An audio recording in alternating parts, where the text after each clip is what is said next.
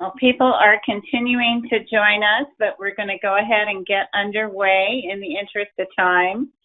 Good morning again to everyone, and we hope that you had a happy Thanksgiving. Welcome to today's webinar, Parkinson's Disease and its Effect on Thinking. We thank you for joining us today. These complimentary webinars are brought to you through a collaboration of sponsors, including Care Choices, Hospice and Palliative Services, Alzheimer's Orange County, O'Connor Mortuary, Caring Companions at Home, and Irvine Clinical Research. My name is Kim Bailey, and I'm with Alzheimer's Orange County, and I'm very happy to be your host today. Our sponsors are providing these webinars to you as a service to the community on topics that are beneficial for anyone who cares for older adults or works with older adults. We hope that you'll find today's information, the presentation, informative and useful. Today, our speaker is going to be Donna Sperlakis, and we are so thrilled to have her with us. Donna Sperlakis is the Senior Director of Community Engagement at the Parkinsons Foundation. Donna is responsible for overseeing the development and delivery of community-based education and empowerment programs. Since joining the Parkinsons Foundation, Donna has led the development of comprehensive national community-based education programs and helped to establish a standard for program evaluation and data reporting. More recently, Donna directed the transition from in-person education programs to all virtual as a response to the COVID-19 pandemic. Prior to joining the foundation, she spent 10 years at a community hospital outside Chicago, where she developed and managed a successful Parkinson's disease education and support program. Her innovative programs included exercise, creative therapies, community education events, and multiple support groups.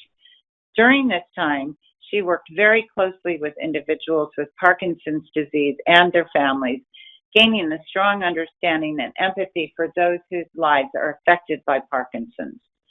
Donna has a master's degree in public health from Northern Illinois University and a BS degree in community health with an emphasis in health promotion. She is also a certified health education specialist.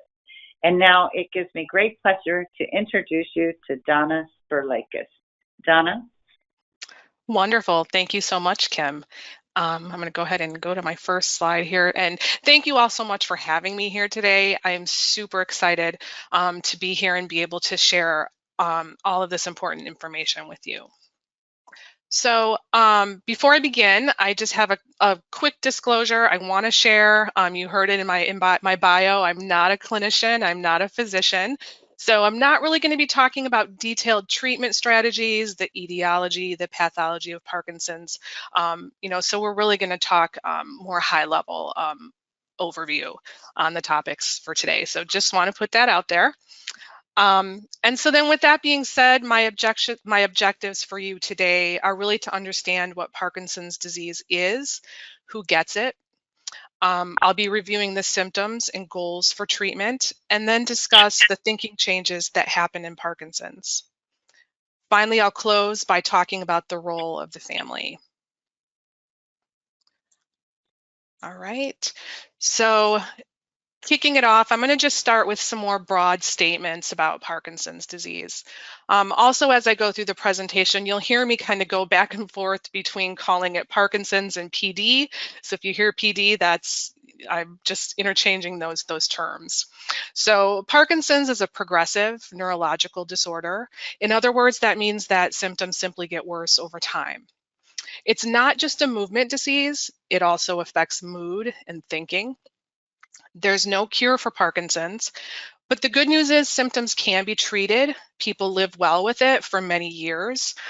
Sometimes it's called a marathon disease because some people can have really good symptom management for decades. As folks move into more advanced stages of Parkinson's, quality of life can be severely impacted, and individuals may require more round-the-clock care. I'll also say here that we often get asked if people die from Parkinson's, and I'll just share that we typically say people die with PD. Death is often a result of the complications of Parkinson's symptoms. So who gets Parkinson's? An estimated 1 million people have Parkinson's. It's actually the second most common neurodegenerative after Alzheimer's. Most people are older when they're diagnosed, around 60 years, 70 years old. But there is a small number of individuals who have what we call young onset or early onset Parkinson's disease. And by definition, this is people who are under 50 when they're diagnosed. Now, we have seen people be in their 30s or even in their 20s when they're diagnosed with Parkinson's. So we don't really know what causes Parkinson's, but researchers are studying many possible causes from genetics to the environment. And although several genetic mutations have been identified to be associated with a higher risk of developing Parkinson's disease, most people don't have these genetic variations. So it's really just a small percentage. In fact, this past year, I'll just share, Parkinsons Foundation launched an initiative to offer free testing, genetic testing and counseling of people with Parkinson's. And we're hoping through that project to get a large enough sample that we'll be able to determine if there are certain genes that lead to certain types of Parkinson's, if maybe there's a link between certain genes and rates of progression, or even response to medication and so much more. Even though pesticides and head traumas are associated with Parkinson's disease, most people don't have any obvious exposure to these environmental factors. And I added this little infographic, and I'll just share that this isn't on your handout. It's something I came across just the other day, but I feel like this really represents best what is believed about the cause, that PD is caused by a combination of genes, environmental, and lifestyle influences. And it's really the interaction of these three things that determine if someone will develop Parkinson's. And then just the last thing, the other potential risk factor for developing PD is really simply old age.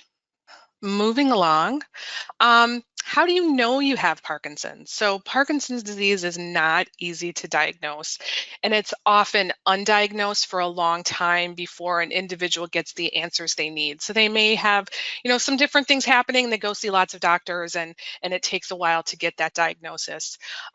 Additionally, it's many times misdiagnosed as something else, as maybe, another neurological condition or something vascular or something like that. This is really because there's no single test to confirm if someone has Parkinson's. And as I'll explain shortly, there's so much variation in how symptoms present from one individual to the next. A diagnosis also typically involves a comprehensive exam, a thorough medical history. And this medical history it's so important to have the family or a family member present for that history, because their reporting is equally important. And then there will also be tests to rule out, any other potential conditions. Additionally, the physicians are usually looking for two of the main symptoms of Parkinson's to be present for a Parkinson's diagnosis. A neurologist, or even better, a movement disorder specialist, who is a neurologist who has additional training in Parkinson's, are really good at knowing if someone has Parkinson's disease. So we really recommend that someone look to a neurologist or a movement disorder specialist to make that diagnosis, or at least for a second opinion. So Parkinson's is more than a movement condition. I think I already mentioned that. It affects emotions and the way people think and learn. So before I talk about symptoms, it's important to note that Parkinson's is different in every person. And I don't exaggerate when I say this. If I were to have a room of 30 people with Parkinson's for a support group, they're all going to look a little different. So there are many possible symptoms, both motor and non-motor, but most people only have some of the symptoms. Even a common symptom like tremor can be very different from one person to the next, and there's no typical symptom progression. So for example, I've known people who've had PD for 20 years and you wouldn't know it, but then have someone who's had it for 6 years and they may have much more severe motor or cognitive challenges. So people may have motor or non-motor symptoms. The motor symptoms include tremor, slowness of movement, stiffness, and balance problems. And so tremor is probably the most visible and recognizable symptom. I think when people think of Parkinson's disease, that's the first thing they go to is that tremor. But the reality is many people, only about 75% of people with PAD have a tremor. So you don't need to have a tremor to be diagnosed with Parkinson's. Some people may also have a tremor and not have Parkinson's disease. Those people probably have what we call an essential tremor. And so you can differentiate between those. An essential tremor is an action tremor. So if you think about someone going to reach for a glass and putting it to their mouth, their hand would shake. As opposed to in Parkinson's, we typically see a resting tremor. So someone can have their hands, just resting in their lap and their hand might be shaking. Bradykinesia or slowness of movement. I've heard that described in different ways when I ask people, like, what does that feel like? They may tell me it feels like walking in the sand, or maybe having weights on your elbows and trying to lift your hands to your head, or you're just expending so much energy and really getting a small amount of movement. Stiffness and rigidity. So people may experience stiffness and rigidity in their joints, and this just makes them hard for them to do everyday tasks like getting dressed, brushing their teeth, eating, those types of things. And then people will have problems with walking and balance, and of course this can lead to falls. This is typically a symptom we may see more in later stages of Parkinson's. So then we have our non-motor symptoms, and these are probably the most unrecognized, but for many people, including their families and their care partners, these can be really the most troublesome. So data from the Parkinsons Foundation's Outcome Project has shown that the non-motor symptoms really have the greatest impact on quality of life for people with PD. So I'm going to talk a little bit about these symptoms. The emotional symptoms, so emotional symptoms include depression. Depression in Parkinson's can be reactive to the diagnosis, which of course is normal, or it could be a result of the brain changes. So the same brain changes that affect movement also affect mood. So that's why we see depression very commonly in Parkinson's. Symptoms are very similar to what you would see in the general population, but they're more often accompanied by anxiety and apathy. Also, symptoms more frequently involve irritability, pessimism, or just general dissatisfaction with life. They can be treated, these symptoms can be treated with medication and with therapy. Anxiety. So this is more of a generalized anxiety. It can be triggered by social phobias. So if people have to maybe speak in front of people or eat in front of people, it may trigger some anxieties. It may be related to specific episodes. So for example, sometimes people can experience off periods when their medications start to wear off before it's time for the next dose. So their motor symptoms may come back. And so that may cause anxiety, that fear that their medication will wear off before they're ready for their next dose. Again, there is some treatment for this. It's very individualized, but medications can sometimes be prescribed to help that. Then we have apathy. This is very simply just a lack of motivation. And this is particularly problematic because it can interfere with good disease management. So things like following medication schedules, exercising, socializing, people are less inclined to want to do those things. And this is especially challenging for the spouse or the care partner. And then cognitive impairment can occur at any point in the disease process. It includes trouble paying attention, learning new things, remembering words or names. And I'm going to talk more in detail about cognition shortly. So that's all I'm going to say about that here. And then finally, people will have trouble with speaking, swallowing, sleeping, constipation, feeling lightheaded. There's a few others I don't have here, like sexual dysfunction, incontinence, facial masking. And again, I'll say not everyone gets all of these. Some people get some of them and so on. So it's not like everyone's experiencing all these things. All right. So Parkinson's can be treated effectively, and again, that's good news. The goal of treatments in Parkinson's is really to reduce symptoms and trying to seek out strategies to help people really live well. And treatments are very individual, from the medication cocktail that people take to therapies and so on. So really the patient is working very closely with their doctor to get that treatment protocol just right. Treatments can include medication, surgery, and other non-pharmacological interventions. Medications for Parkinson's are very effective, and for the most part, they work really well to treat symptoms. I'll just say about medications that there are different ones that work for different symptoms. So we have medications that work like, like dopamine in the brain. They may mimic the activity of dopamine in the brain. So they work in different ways to help control symptoms. Levodopa, some people may be familiar with levodopa. That's a drug that was introduced more than 40 years ago, and it's still the most effective for treating the motor symptoms of Parkinson's. There's also some surgical options, and surgery is not for everyone. Not everyone's not a good candidate, and some people just may choose to not do that. Deep brain stimulation is kind of the surgery that most people look to, and what happens with that is a small probe is placed into the brain at a certain spot that's mapped out, and it delivers a continuous electrical stimulation. And the deep brain stimulation really helps with mostly the motor symptoms, or the symptoms that people have gotten good control from their medications from, but they may want surgery because this really helps them not have to take as many medications. So people who have DBS are often able to significantly reduce the amount of meds that they're taking for their Parkinson's. There's some other approved surgical interventions. There's a Duopa pump. This delivers medication directly into the individual's stomach. And then not as common, maybe some older type therapies like lesion therapies. And then there's also focused ultrasound that some people have tried.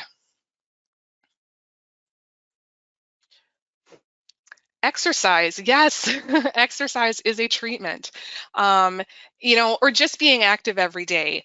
It provides so many benefits for people with Parkinson's, from helping them move better to improving their mood. Exercise empowers people, and it gives people something that they can do to really take control of their symptoms. So in many ways, exercise is as important as medication for people with Parkinson's. And in many cases, doctors prescribe this from day one. This is an early intervention. This is something that everyone can do, and it's so helpful. Other treatments, so there may come a time when it's necessary to call on other professionals to help with symptom management. And these treatments may be helpful at different times in the beginning or after many years. So I have here just some examples of some rehabilitative therapies. Physical therapy can help with movement difficulties. Oftentimes it's recommended that people have a baseline early in the disease to check for any kind of deficits, and then the physical therapist can offer strategies for compensating those. Occupational therapy can help people with everyday tasks. We often, they'll often pull in care partners to help with some of that occupational therapy, just so that they can learn some of these strategies as well. And then speech therapy can help people if they're having problems with speaking loudly or clearly or swallowing. And then I'll just add here, because this presentation is about cognition, speech therapy and occupational therapy can really help also address cognitive changes in people with PD. So we know that Parkinson's is best managed by a comprehensive team of professionals. So looking from doctors to nurses, mental health professionals, rehab therapists, even the fitness instructor or dietitian, all these people make up what we call the Parkinson's Care team, and they're crucial to the best long-term outcomes for people with Parkinson's. We've seen this, it's been demonstrated, and so we know that, it's really this comprehensive team that helps people have the best outcomes. All right, so launching into our next section here, cognition and dementia. So this is the tough stuff.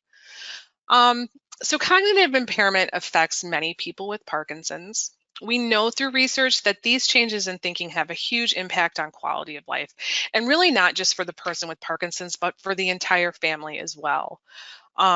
The same brain changes that lead to motor symptoms, again, also result in the slowness in memory and thinking.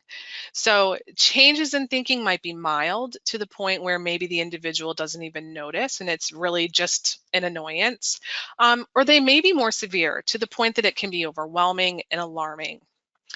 Changes in thinking can be present at any point from diagnosis to mid to late stages. So really kind of anywhere in that disease journey, someone can experience changes in thinking. And then I have to always, this is my little soapbox. Anytime I talk about cognition, I always feel that I need to state that cognitive impairment and dementia are not the same thing. I often hear people saying, that someone has dementia. Oh, he's got dementia. And really knowing that individual, that person's experiencing cognitive decline. It's not dementia. They're still, everyday things. They're still, able to do all that. So I feel like I always have to kind of put that out there. Furthermore, these cognitive changes in Parkinson's will not always lead to dementia. So I'm going to stress that point there as well. So how do we diagnose cognitive changes in Parkinson's? Well, just like diagnosing Parkinson's, it's not easy to do. There's no single test that can be used to evaluate cognitive change. So the physician often relies on patient reports. So if the patients experience some, again, some alarming things, or they're noticing some little, some little changes here and there, the physician may look to the family or friend, or a care partner. And I'll say from my experience, it's often the spouse or the family who are really noticing those symptoms, maybe more before the person with Parkinson's does. The physician themselves may observe this during clinic, seeing some of the different changes, and then they will look to obviously some objective evidence. So there are some neuropsychiatric tests out there. There's some different cognitive tests that they can employ to help diagnose the cognitive impairment. But again, like I'll say, there's really no predictive tool. So there's no way to know ahead of time if someone's going to experience cognitive decline if they have Parkinson's. So what do these changes look like? In Parkinson's, cognitive changes really involve complex thinking. So people will experience trouble with multitasking, with concentrating, or just taking longer to process. Attention, all of those things are kind of affected. Also memory challenges. So there are some memory challenges, but they typically in Parkinson's involve the short-term memory, such as retrieving information. So like if I were to ask somebody, what did you have for breakfast? They might look at me like, I have no idea, but maybe 10 minutes from now, they will remember very well exactly what they had for breakfast. Or even, maybe meeting somebody out of context, they might not be able to recall their name, things like that. However, with Parkinson's, using different cues really can help people remember more easily. Even if I were to ask somebody, well, you didn't remember what they had for breakfast, but maybe if I said, well, was it cereal? Then they'll go, no, it was eggs. So different things like that can really help them out. They may also experience word finding difficulty, that tip of the tongue phenomenon, particularly if they're put on the spot. So if you kind of point to somebody and say, hey, what's this? That may kind of stress them out, and they'll not be able to retrieve that information. And then finally, a sense of direction and spatial awareness can be a challenge. So when cognitive impairment increases to a point where an individual is no longer able to complete activities of daily living on their own, then we may say they have dementia because their thinking is really affected more globally rather than just in one or two areas of executive function.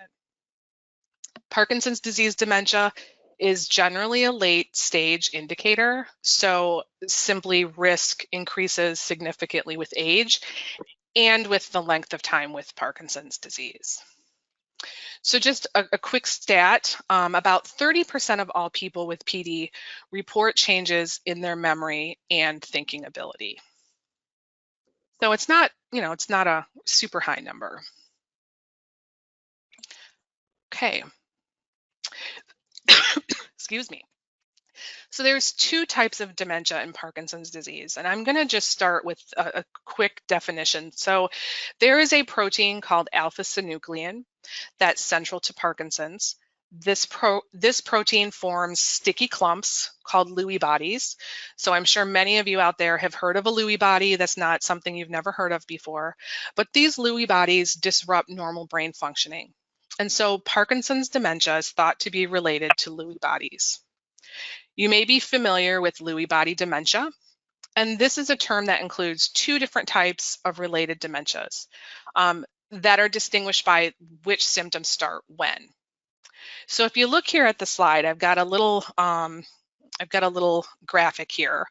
So in Parkinson's disease dementia, the person with Parkinson's experiences significant cognitive decline after years with mainly motor symptoms. So you can see in the first one there, motor symptoms happen first, and then they experience that cognitive decline that turns into dementia. In dementia with Lewy bodies, it's often the reverse. So the cognitive decline is first or in tandem with motor symptom progression. So it's the opposite of with Parkinson's disease dementia. So I do want to reiterate, let me go back here. I do want to reiterate that we are talking about significant cognitive decline in dementia. So if you recall, I did say that thinking changes can start early or at any point in the disease progression. So, one distinguishing factor in dementia with Lewy bodies can also be a strong response to levodopa, or let me go back, can be a lack of a strong response to levodopa, meaning if somebody does not respond well to Parkinson's medications and they're having dementia-like symptoms, it may be dementia with Lewy body. That may be an indicator. That's a better explanation for you. All right, so that's what I'm going to say about that slide. And then this is just kind of another visual representation showing the distinction between the two different Lewy body dementias, as when symptoms occur. All right. So dementia symptoms reflect the cognitive changes experienced by people with Parkinson's, and they can range from forgetting to do simple tasks to being disoriented and confused. We may also start to see more long-term memory impairment at this point. Some people experience mood changes and paranoia, namely being agitated and irritable. So I do have a little star here by hallucinations and paranoia. And that's because I just need to say that hallucinations and delusional thinking in PD don't always occur in the context of dementia. So sometimes people get these symptoms because they're a side effect to medications, or they can just be a symptom completely separate from dementia. And then the other thing is too, you may hear people talk about Parkinson's psychoses. Those can occur again apart from dementia symptoms. They can be early or late in Parkinson's. So like I said, very unique to each individual. Okay. Some other dementia symptoms, people may have difficulty navigating in familiar spaces or places. They also may have more significant language difficulties that affect their ability to communicate, to the point where, they're calling things by different names, or maybe even their brain knows the word, they know what they want to say, but they can't get it out. So, really much more severe types of language struggles that, really affect communication. And so this is a really great table. I like this because it has a good side-by-side comparison of Parkinson's disease dementia, Alzheimer's dementia, and then dementia with Lewy bodies. So I would say, just to simplify it, I'm not going to read through all of this. Really, Parkinson's disease dementia, you can distinguish it from Alzheimer's disease in that dementia symptoms occur in Parkinson's along with the motor symptoms. So that's really kind of, would say the biggest distinguishing feature. So this might be something you want to go back to and refer to later. All right, so we can manage dementia to some extent with medications. So there are some medications that were actually developed for Alzheimer's that we can use that have some benefit. Also, care professionals often look to cognitive therapy to be able to teach strategies to compensate for memory and thinking changes. And, this is one of the things that also, I would say, differentiates between Alzheimer's disease, in that we can teach strategies for people to kind of overcome some of those weak areas because they respond to cueing and things like that. So there's some different things that we can do to help folks. And then behavior management. So really simply just, creating a regular routine, a schedule for people, maybe decluttering, making, living areas just a little more easier to manage and navigate. We are going to go on to Parkinson's and the family. So I'm going to close today with just a few comments regarding Parkinson's disease and the family. So a Parkinson's diagnosis can affect the entire family. The individual with Parkinson's may not be able to physically do things they did before, so maybe the family needs to reconsider living arrangements. There's a lot of physical things that happen. There are emotional struggles, as everyone copes with the anger, the loss that's brought on by the diagnosis.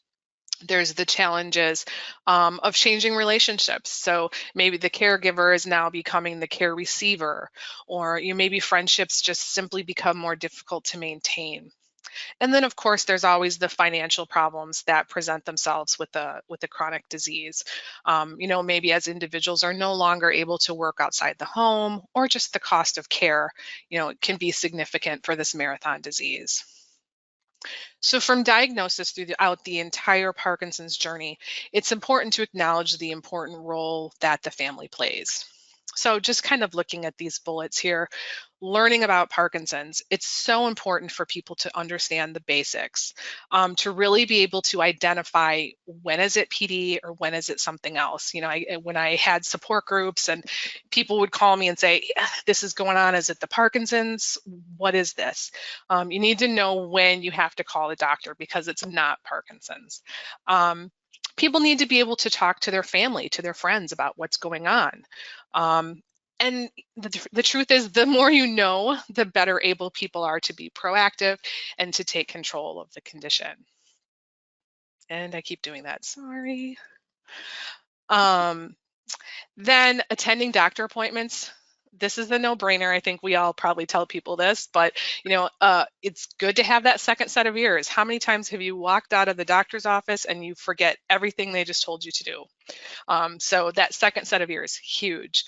The other thing is we're all poor historians. So, my dad would complain about something. He'd go to the doctor and come out, and my mom would ask him, well, did you ask him about X? And he would say, oh, I forgot to tell him. So it's good to have that extra person in there to remember the things you're going to forget. Did you fall at all in the last month? No, I didn't fall, and really you fell. So things like that. It's good to have that other person. Staying active and involved. it is not uncommon for people with Parkinson's to disconnect and to isolate. And so we know that isolation can have a really negative impact on cognition. So it's really good to stay involved, to have a good circle of people that you can talk to, whether it's about Parkinson's or just everyday things. Everyone needs a cheerleader, someone to tell them, you're doing great, or it's okay next time. Or just to drag you out of bed to get up and get dressed and go out and take a walk. And then open communication. You have to be able to talk about the tough stuff, the emotions, the questions, the fears, concerns. Listen to each other, celebrate small victories, and then finally being patient with each other. All right, and I need to hurry up. I'm running out of time. While the family may not be dealing with the physical impact of the disease, the care partners and families are also going through their own changing journey. And so we know that to be the best that they can for their loved ones, they need to take time to self-care. So it's important to find help with social workers and counselors. The family may need to talk to somebody too. And we all kind of go through at a different pace, right? So the family may be ready to talk and the person with Parkinson's is not. There are other organizations like the Parkinsons Foundation, who with our toll-free helpline. So we're here to answer questions and to hear you out. Same thing. Support groups, other care partners. I know care partners who have found lifelong friendships with other care partners, that last well beyond the Parkinson's journey. So then just the Parkinsons Foundation, we're here to help. We have free resources, both in English and Spanish. We have our free helpline. Again, we do have Spanish helpline staff. They're there to answer questions, help and support the person with Parkinson's, their family. We can provide referrals to doctors and local resources, and provide help with getting free fact sheets and booklets. And then finally, our mission is to make lives better for all people with Parkinson's. And we do this through education. We promote fund research, supporting medical centers, and then just listening to people with Parkinson's, including them in all our decisions, and in everything that we do. And then I will leave it here. So this is our toll-free helpline number. I would encourage anyone who has really more technical questions to contact the helpline. It's staffed by nurses, social workers. We've got a dietitian. So there's some different folks on there who are really well-versed and able to answer questions. This is our website. And then if you want something a little more local in California, this is our local California number. We did have a staff change, so the number that's on your handout is not the same. So you want to maybe write this number down. This is the correct number for now. And then we have our local website, so parkinson.org. /California. And I was asked to make a quick pitch on May 22nd, 2021 is our moving day, Orange County. This is a great opportunity to connect with other people with Parkinson's and just see the power of some of the things that we do. So I will stop there. Donna, were one of these numbers you had just changed, right? Yeah, it's the local number. Okay, so the California number that you see on your screen is a little different than the one in your handout. So if you've printed off your handout, I'd advise you to make that change now. And Donna, I just have to tell you, this is just such a fabulous presentation, such a valuable topic, and so useful. And a lot of what you're saying about your organization just feels sort of similar, in some respects to what our organization does, and same caring heart and passion for the cause and all of that. So we're just really thrilled to have you with us today. And we have a lot of questions. We've got some questions. So you can't see the questions, but I can. So hopefully I'm going to open up the question box, and you were very timely in your presentation. Hopefully we'll have time for all of them. If we get close to the end, I'll stop a few minutes and make a few announcements, but let's go ahead and get started. The first question was, do you have contact information for your colleagues in the San Diego area?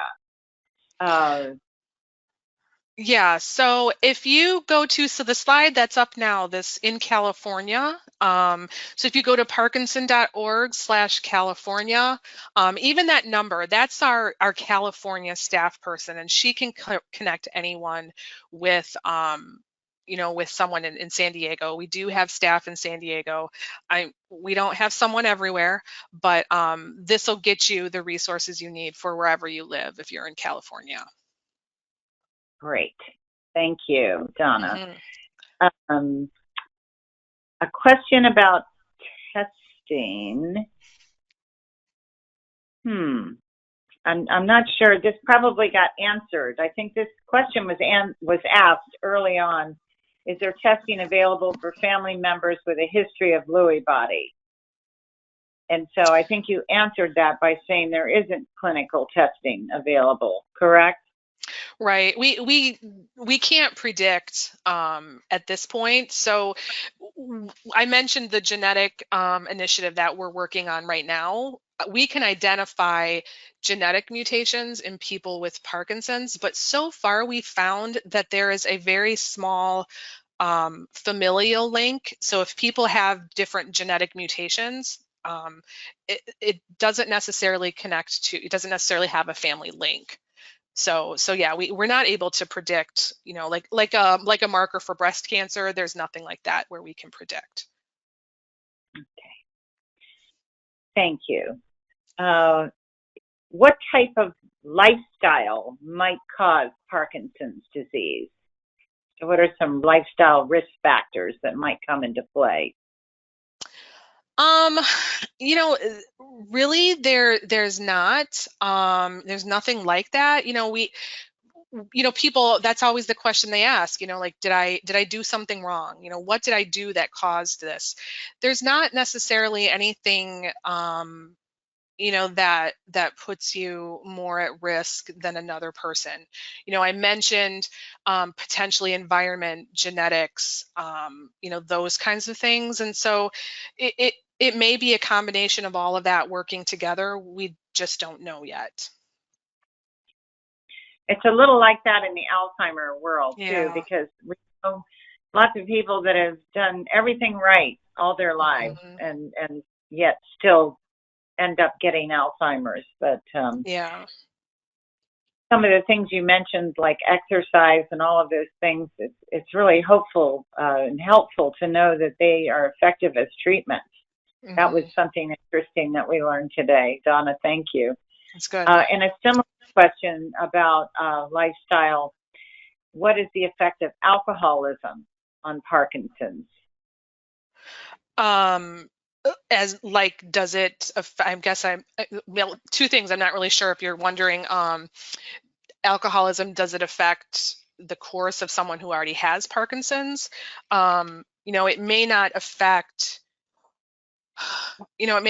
how quickly they progress or any of that stuff. But, if you think about someone who's already having trouble with movement, someone who, maybe having balance problems and that kind of thing, if someone is excessively using alcohol, it's going to, obviously it will exacerbate those types of symptoms.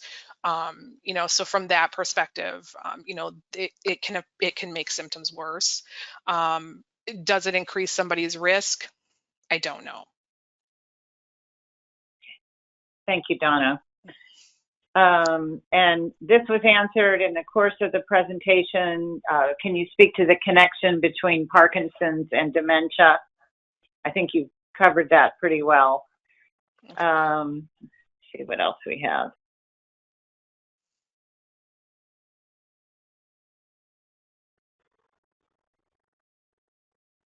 Parkinson clients with slight tremors, is it safe for them to drive? Yeah, so people with Parkinson's can drive for many years. that's always something that, in my support group, it came up a lot. Like, when do I need to stop driving? It's not so much the motor symptoms, I would say, that is of concern with people driving as it is maybe the cognitive. I've had people come back and say, I have to stop driving. I drove home yesterday. I don't even remember getting there. Things like that. So, it's typically the family. The family may kind of instigate that conversation, working with the doctor and kind of really together making that call. So, because you have Parkinson's, do you have to stop driving? No. But there may come a point where that is a reality. And so that's just a hard conversation that a family is going to have. Yeah. I'll pause for a second here and let all of our attendees know that we're going to do a deep dive into driving, the topic of driving next. Our webinar topic is aging and driving, the effects of physical and cognitive change. And we have driving expert Debbie Ricker as our speaker. And she's an occupational therapist, and she has a business that she evaluates drivers, individual drivers, and has written a book on the subject and worked in the field for many years. So make sure you tune in next month on January 12th for Debbie Ricker, Aging and Driving. That should be a fascinating discussion. Oh, that's always a good one. And I'll say there's some great programs out there that do driver evaluations for older adults. So if you can find one of those, and if there's any in your area, they're really a good thing to think about. So. Absolutely. Okay, let's see. What about music therapy? I've seen people with PD struggling with walking, and once they listen to music, they can actually dance. Is this a treatment that's used frequently? I love this question. Yeah, I love music therapy. Music therapy is great for a lot of things, and I know even in Alzheimer's disease that it's something that you utilize.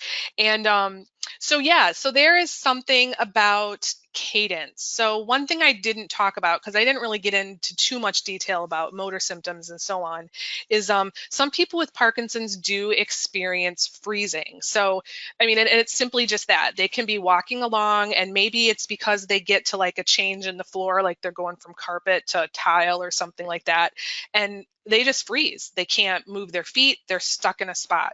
So what physical therapists will do is they'll teach them to start, in your head, singing or tapping a beat, or maybe the spouse or the care partner can start tapping a beat to help them, and then for whatever reason it just makes that connection and they're able to start moving again.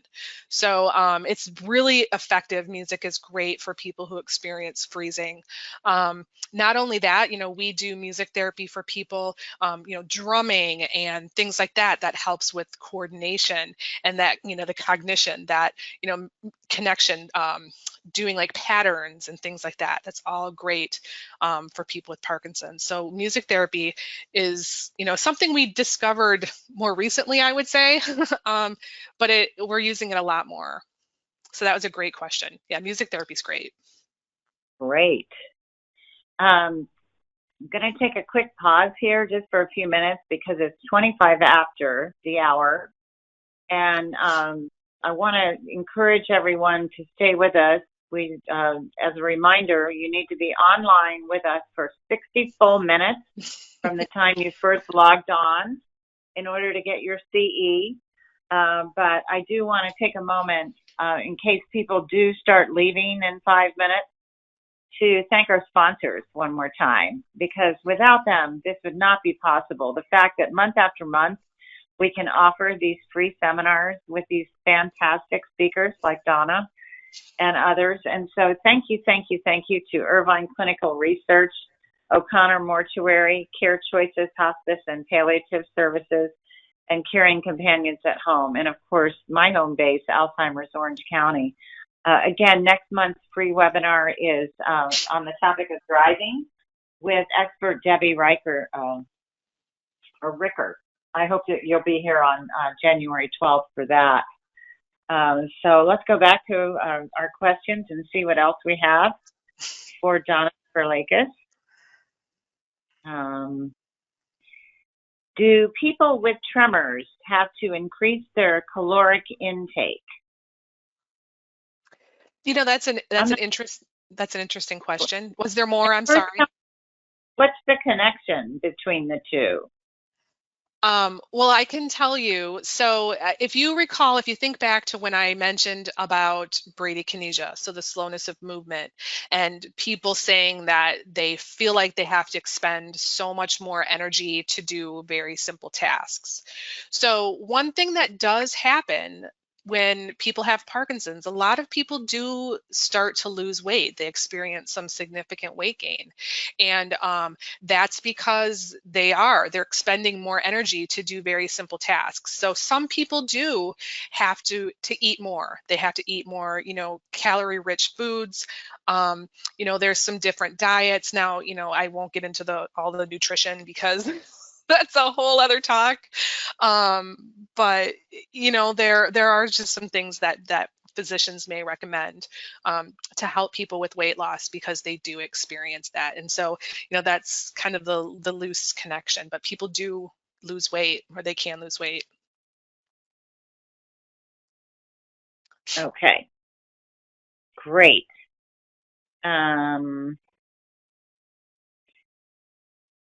Let's see. This is not a question, but a comment. The treatment team should include neurologists and neuropsychologists, not neuropsychologists, not neuropsychiatrists. Neuropsychologists specialize in evaluating and treating patients with cognitive and psychological issues. So just a comment there. Yeah, and I will say that is not a comprehensive list. We had to cut this down, but I agree with you 100%. And actually, I would say both of those could be on that list. And then someone else on a similar vein wondered why recreational therapists weren't mentioned along with the OTs and the PTs. Definitely. And I actually have a recreational therapist on my team, and so she may be angry with me for not including that in there. But no, and that is exactly. They could be on there as well. Okay. I mean, we had like community health workers, and I mean, we could add all kinds of folks to that list for sure. Sure, it takes a village, definitely. It sure does. It sure does. Thank you for that. Well, I know you're grateful that everyone's paying such close attention, right? Exactly, yes. I work with a woman who has Alzheimer's diagnosis based on clinical and CSF, her amyloid burden, but demonstrates significant debilitating motor impairment in terms of walking, spatial orientation, speech, sounds, etc. Could this be Parkinson's and Alzheimer's? Is that common as opposed to Lewy body dementia? So again, this is a person who's been diagnosed with Alzheimer's, but the attendee is wondering, since there's a lot of motor impairment, if it could be Parkinson's and Alzheimer's. Yeah, so they can occur together. I will say it's not common. It doesn't happen a lot, but the two can happen in tandem. And so I would encourage that person to seek out a movement disorder specialist.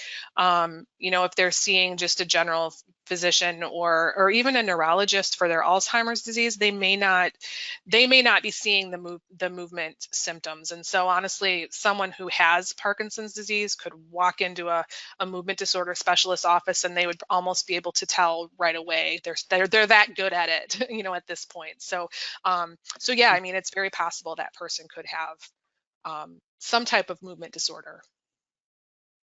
Right. And I was going to say, I didn't mention it because there are other Parkinson plus or atypical Parkinsonisms.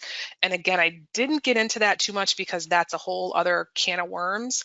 But for this individual, there are some other Parkinson's symptoms or syndromes that, the physical symptoms are there, the movement symptoms are there, But those conditions may not respond to Parkinson's medications. Sometimes those people have more severe problems with falls and things like that. So it could even be something like that. Okay, great. And then lots of comments just on how great the program is. Oh, thank you. Are there any complications associated with the deep brain stimulation option? Well, okay. So first of all, it is brain surgery. They're drilling a hole, in the person's brain. So I mean, there's always there's always, a risk with that. Now the procedure has gotten so much more exact to the point where they can use like brain mapping techniques and things like that. So they can get that probe right in where it needs to be.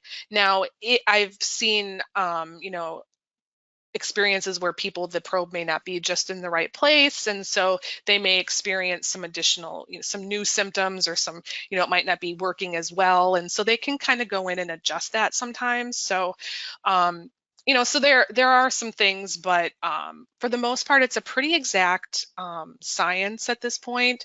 And if people don't get good symptom control after the DBS procedure, it may just be that they weren't a good candidate to start out with. So there's some different things there that can happen. But for the most part, it's a pretty successful procedure for people who are experiencing, motor symptoms.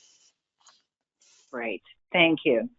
Let's see, there's another comment or question from a well-known board-certified music therapist in our area, asking where do you see the role of music therapy in disease management, which you've covered. Mm-hmm. Someone asking how do you get involved in the genetic testing that you mentioned?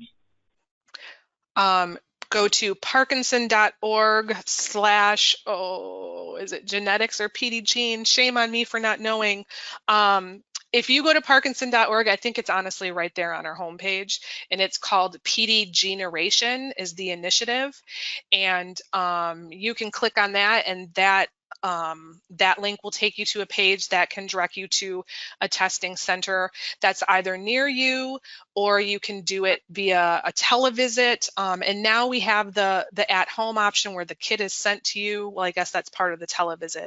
But there's a brief screening, and then you're tested, and then following the testing, it does include genetic counseling to talk about the results of the genetic test. So we have locations kind of all over now. Great. Thank you, Donna. Let's see. More about driving, more about music. Let's do one more. Is there a benefit for a Parkinson's client taking Aricept, the Alzheimer drug? I can't. I don't have an answer for that one. I'm sorry. And I'm assuming she means a Parkinson's client who has cognitive decline. Okay. Yeah. Okay. Yeah, I'm not comfortable answering any drug questions, so. All right. So they would need to consult their neurologist. Their neurologist, or call our helpline. They might be able to answer with that question as well. Okay. All right. I think that just about covers all the questions. Thank you. You've been very patient, Donna. Threw a bunch at you. We want to thank you again so much for sharing your time and expertise with us. My pleasure. Again, it was just great having you. And again, to all of our attendees, watch for the survey when I end the webinar for all of us. Excuse me. It's going to pop up on your screen. I want to apologize. I know some of you have been putting comments in the question box about the audio issues, and I did have audio issues on my computer this morning, so I've been doing this over my phone. So I know some of you have complained that you've had difficulty hearing a little bit, and so I'm very sorry about that. And thank you for hanging in there with us. Sometimes there are glitches, but most of the time things run smoothly.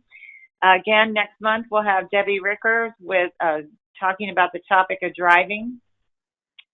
And don't forget that you can always visit our website, www.alzoc.org, just to kind of poke around and look at all of the different educational offerings and classes and events and activities that are going on at alzheimers.org.